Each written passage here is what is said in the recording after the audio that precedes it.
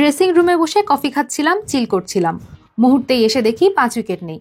Match শেষে হতাশা আর বিস্ময়ের এমন সুর তাসকিন আহমেদের কণ্ঠে।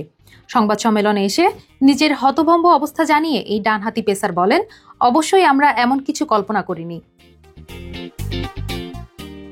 ওয়ানডে ক্রিকেটে 245 রানের লক্ষ্য এখনকার সময় আর খুব একটা চ্যালেঞ্জিং মনে হয় না, বিশেষ করে যখন 16 ওভার শেষে স্কোরবোর্ডে ভেসে উঠে 100 রান আর হাতে থাকে 9 উইকেট, তখন তো কাজটা আরো সহজ। কিন্তু রান তাড়া করতে নামা দলটা যখন বাংলাদেশ, তখন তো কিছুটা চিন্তা থাকেই।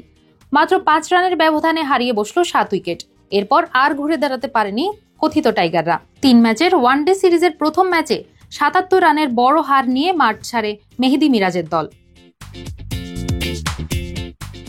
তবে এই হারের পরও হাল ছাড়তে রাজি নন তাসকিন। বিশ্বাস করছেন সিরিজের বাকি ম্যাচগুলোতে ঘুরে দাঁড়াবে দল। তাসকিন বলেন, আমি জানি সমর্থক যারা আছে তারা চায় আমরা ভালো করি, আমরাও চাই ভালো করতে। এমন ফলাফলের পর যারা হোটেলে যাবে কেউই স্বস্তিতে ঘুমাতে পারবে না, খারাপ লাগবেই। আমরা চেষ্টা করছি, সমর্থকদের সরি বলছি, সহজ ম্যাচটা দুর্ভাগ্যজনকভাবে হেরে গেছি। বাংলাদেশ দল একেবারে হালকা প্রতিপক্ষ নয় মনে করিয়ে দিয়ে তাসকিন বলেন, আপনারা জানেন আমরা কেমন দল, আমরা যেভাবে উইকেট হারিয়েছি আমরা এতটাও বাজে দল না, আমাদের সবারই ভালো খেলার সামর্থ্য আছে। তাসকিনদের এবার সেই সামর্থ্যের প্রমাণ দেওয়ার সুযোগ খুব কাছেই। সিরিজের দ্বিতীয় ওয়ানডে অনুষ্ঠিত হবে 5 জুলাই কলম্বোর প্রেমাদাসা স্টেডিয়ামে। সেই ম্যাচ এখন বাংলাদেশের জন্য ফাইনালের মতো, হেরে গেলে হাতছাড়া হবে সিরিজও।